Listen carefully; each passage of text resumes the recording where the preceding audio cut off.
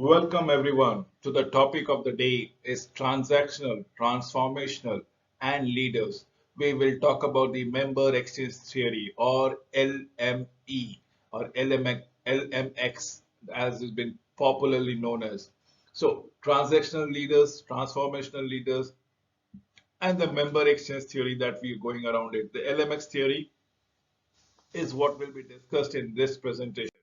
So basically, what are the various theories that we come across of leadership? Now, there are trait theories and the characteristics that the leader has to possess, the skill theories or the technical abilities that the leader needs to produce, the style theory or the approach theories of being humanistic or task oriented. We are talking about being situational approach is the 11th hour the firefighting situation, what catapults a person to be a leader. The contingency theory, yes, the emergency theories, along with the other abilities. The path goal theory is about the balance as far as to achieve the goals and the rewards thereby.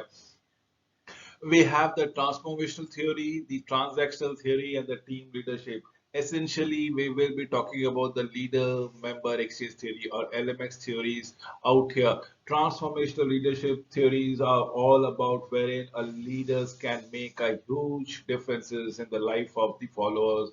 Transactional theories is the reward system that everybody works around it, and the team leadership it is as a group as a individual you grow as an individual being a part of a group is what team leadership is all about it. Yes, the theories of leadership are trait approach, skills approach, style approach, situational approach, contingency theory, path goal theory, LMX, transformational, transaction, and team leadership. Come, let us understand the leader member exchange theories all together in details. Remember, LMX theory, as I've been trying to tell it out, is centered about the interaction between the leaders and their followers. The leaders, how do they conduct themselves? The followers, how do they conduct themselves? Now, this is what the exchange theory is all about. It is a dyadic relationship between the two of them. The focal point remains to be the leadership process. Focus is also placed on the differences that might be between the leaders of his or her followers, that the leader cannot treat all the followers as same. Everybody has finer nuances, differences, and if a leader can identify the same and work accordingly, react accordingly, nothing like it. It is basically the core part of the LMX theory is all about it. Remember, it is centered around the interaction. It is all about the dyadic relationship. It is all about differentiations that exist within the followers themselves.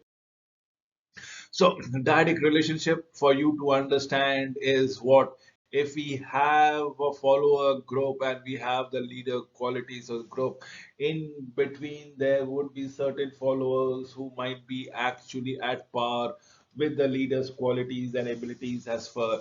Now, that is this subset and still probably despite having the similar features characteristic qualities traits and all everything about the leader, still they accede to the supremacy of a person, and that is what catapults them, the other gentleman or lady to be a leader and the rest to be a follower.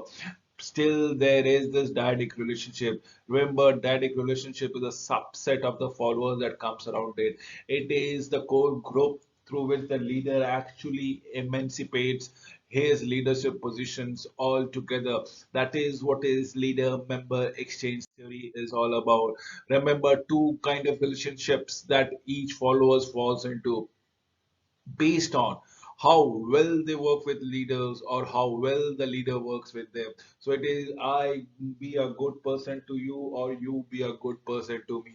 It's the way the personality and other personal characteristics are also related to the person in group based on the expanded negotiated roles and responsibilities. Follower go far beyond the informal jobs descriptions, and leaders in turn does much more for the follower, wherein the out group is based on the formal employment contract. followers are not interested in taking a new different job responsibilities. This is what we are looking forward to. This is how we like to envision things all by ourselves. So there are people who are based on in groups, based on the negotiated responsibilities. They go beyond the formal job and help the leader to turn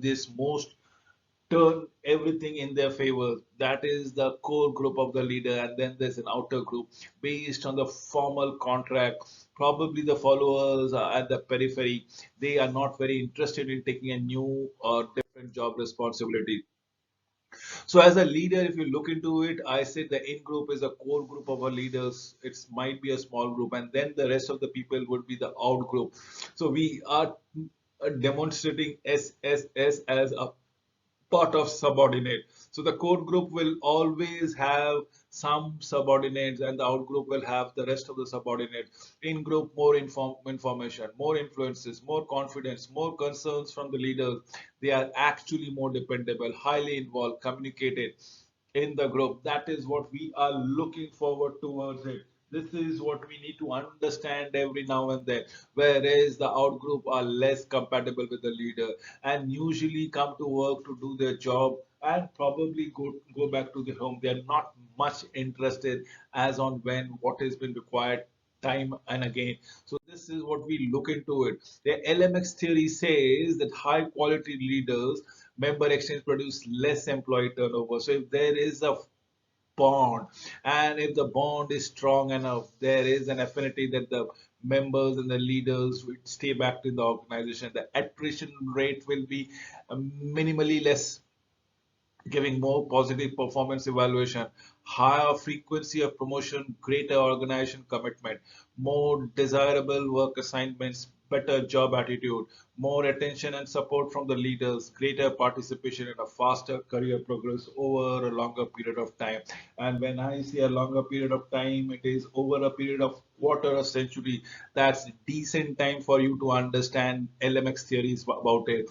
Remember, when leaders and followers have a good exchanges, that means they mutually respect each other, they feel better, more accomplished more, and the organization prospers in tandem. So that is what we are looking forward to as an LMX or the leader member exchange theory is all about it. Now, let me categorize it into different phases as to what the roles are all about it, how does it comes and the bonds takes place, takes a good shape around it. For the first stage, everybody is a stranger. In a group, everybody is a stranger. So roles are probably scripted. Somebody is an executive, somebody is a supervisor, somebody is an employee, somebody is a worker, somebody is a anything that you want to go around it. The roles are scripted. The influences are mostly one way. The exchanges are definitive and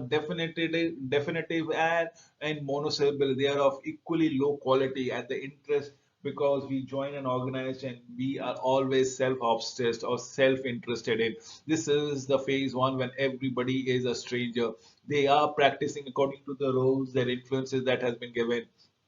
The exchanges are absolutely of minimal nature and the interests have been all self-oriented. But comes the phase two when we come to know of each other.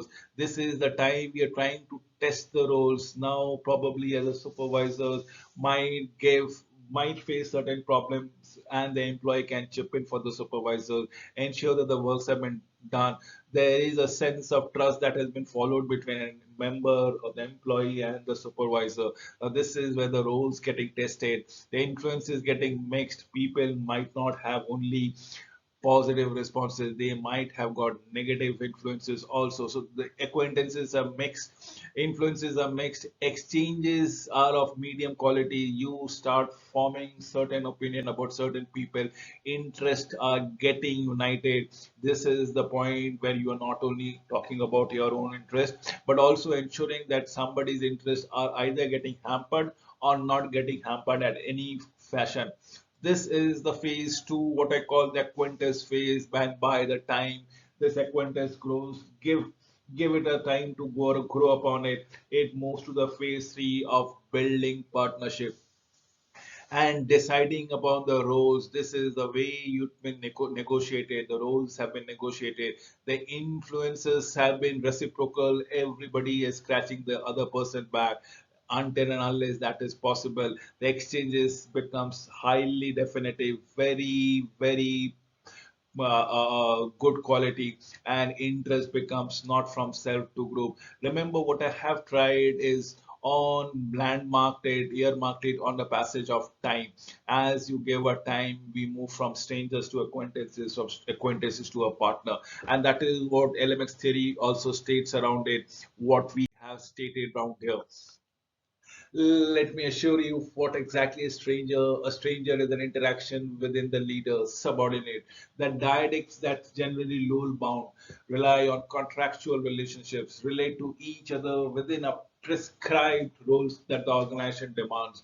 It experiences a lowest quality exchange altogether. There are no faith, there are no trust among them.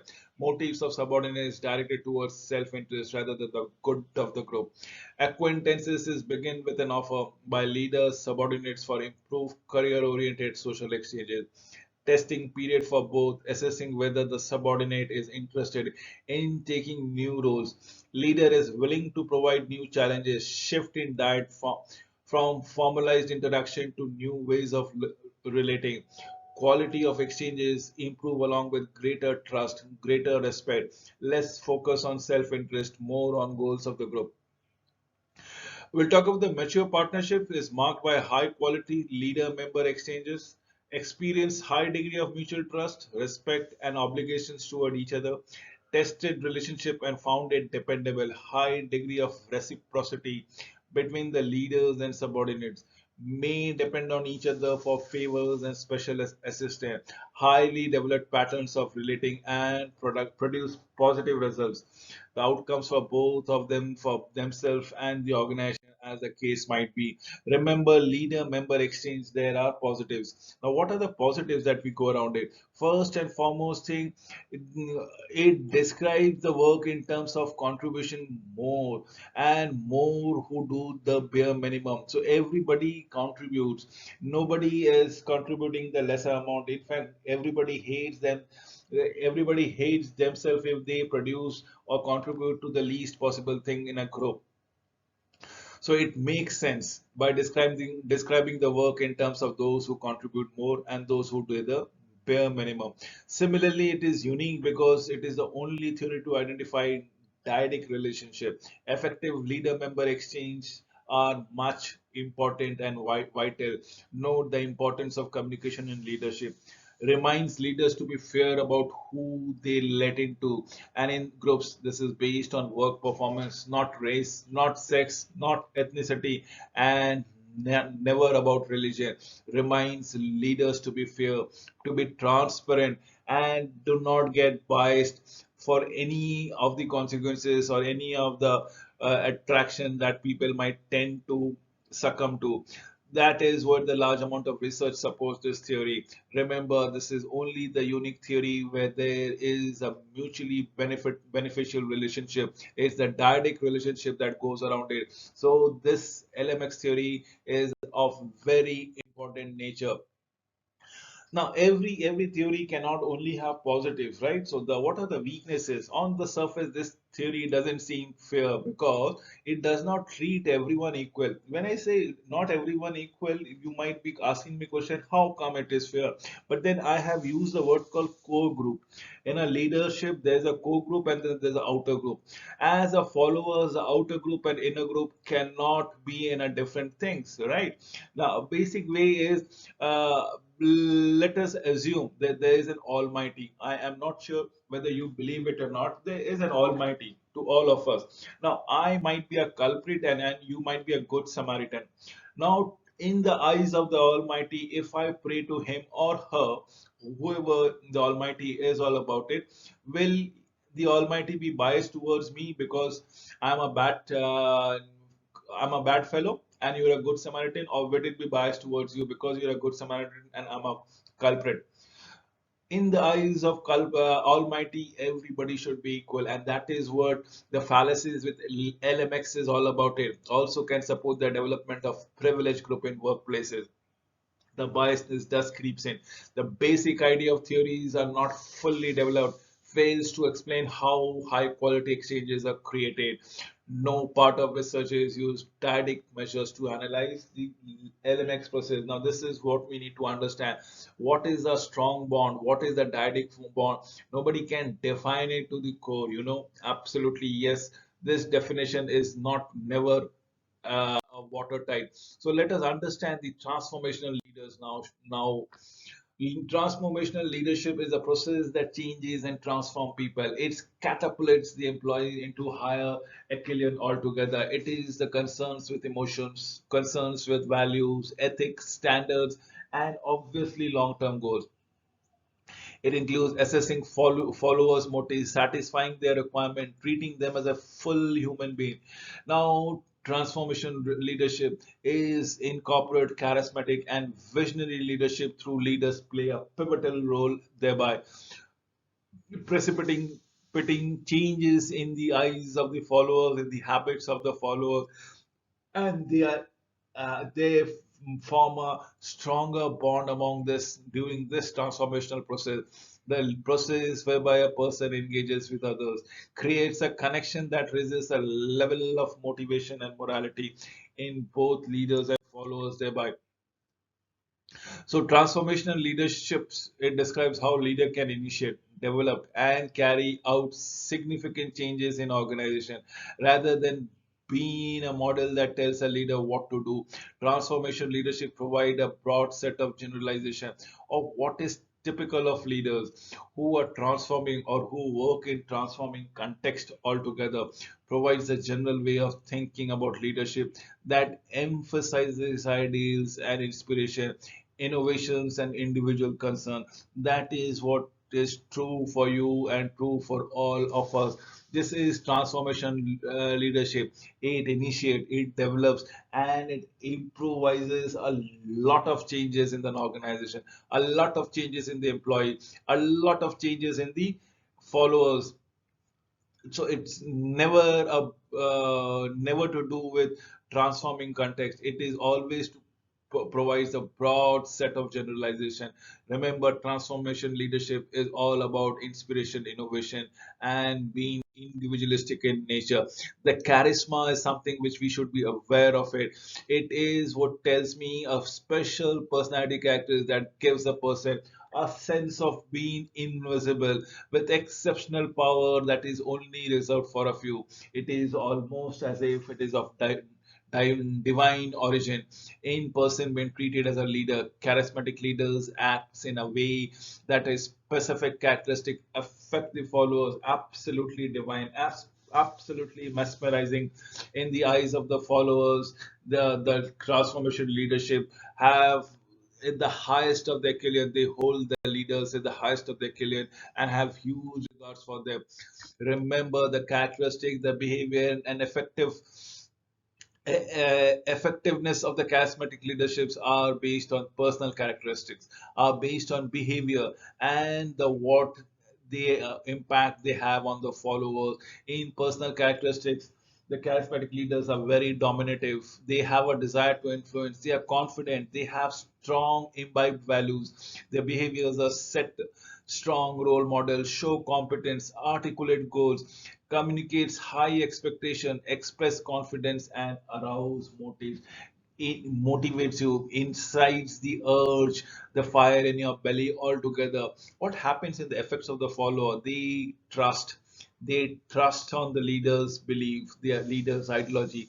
They are absolutely similar or in sync with any of the beliefs and habits that the leaders might be practicing. It is an unquestioned acceptance, affection towards the leaders, obediences, identification with the leader. Emotional involvement and heightened goals increase confidence thereby. So transformation leaders, the four eyes, I will be talking about the four eyes as an idealized influence, as in what a strong role model the leader is all about it. Followers identify these leaders as if they are the idealized one. and they make themselves an ideal about them. They would love to follow whatever been preached or practiced by the leader.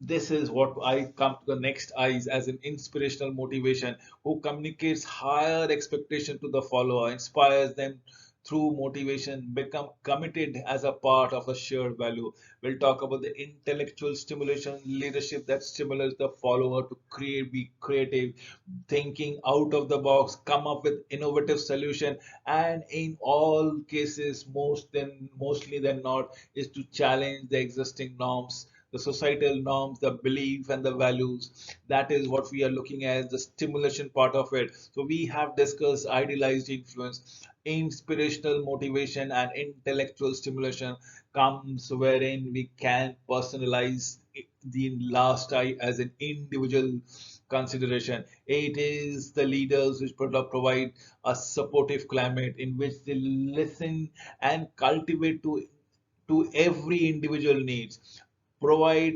definitive attentions to the different nuances, demands, requirement, needs for individuals, and that is what set them apart altogether. So four eyes are individualized influenced, inspirational motivation, intellectual stimulation, and individual consideration. Let us understand what leaders are all about. It leaders have a clear vision of future in the state of the organization. That is what we are looking forward towards. It leaders a social architect for their organization. Leaders create trust in their organization by making their own position clearly known. Leader use creative deployment of self through positive regard, and that is what we are looking forward to it. If we have to have a motivational question here, and this is what it comes around it. Remember, it's a Likert scale. It's a 5-point Likert scale wherein zero signifies not at all, and frequently, most frequently, is marked as to be 4. So herein, what are the four eyes that comes around it in terms of individualized influences, the attributes, the behavior, the motivation, the stimulation, and the individual consideration. You need to answer this question and let it mark by yourself. For example, in the attributes part, I go beyond self-interest for the good of the group. If you are say 0 or 4, in all cases you will come to know whether the leader is of uh, transformational leader. In terms of behaviors, I consider the moral and ethical consequences of the decision. Again, you got to rate it. Similarly, for inspirational motivation, I talk optimistically about the future. Please rate it. I re-examine critical assumptions to the question whether they are appropriate. Please rate it. I help other to develop their strength. Please rate it. And this will tell you about the individual consideration. But why should the audience think that why is this particular slide in front of you? This slide is in front of you because all of you would be having a higher expectation about the supervisor, the manager, the director with whom you are reporting on, whom are you working with. And now these are the 5 question or the 5 statement where you can keep that person in mind and rate it, and you will come to know whether the person is a transformational leaders or not.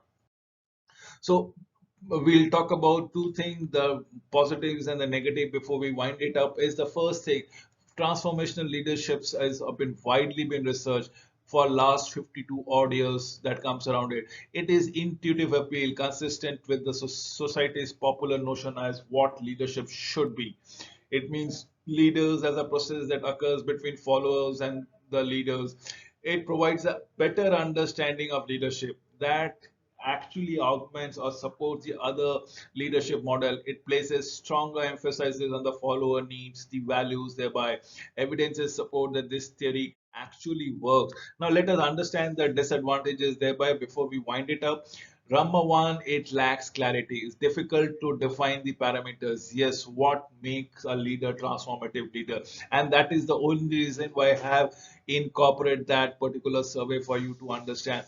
Difficult to measure, idealized influence, inspirational motivation, intellectual stimulation, individual consideration are almost all similar and can be difficult to make a distinct from one another. Differences. Transformational leadership can be seen as a personality trait or a personal disposition rather than a behavior and people are being instructed.